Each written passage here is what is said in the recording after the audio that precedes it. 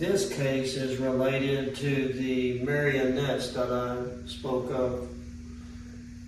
This is the shoe repair shop owned by Joseph Zvolanek, the father of Bob Zvolanek that had the marionettes. As a matter of fact, you will see a young Bob or Bohemil in this photograph on the left standing behind the counter.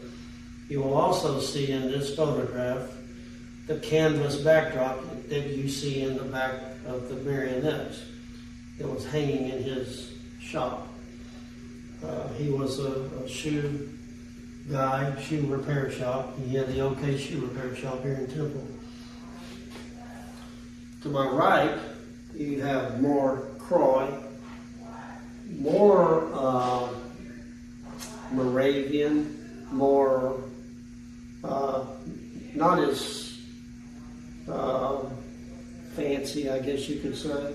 That's a printed skirt. That's I can't recall the name of it, but this was a set owned by the Watt Hoover family couple, Paul.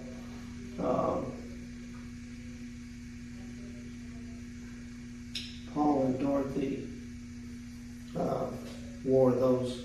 They're still called Croy, but it's more of the Moravians were more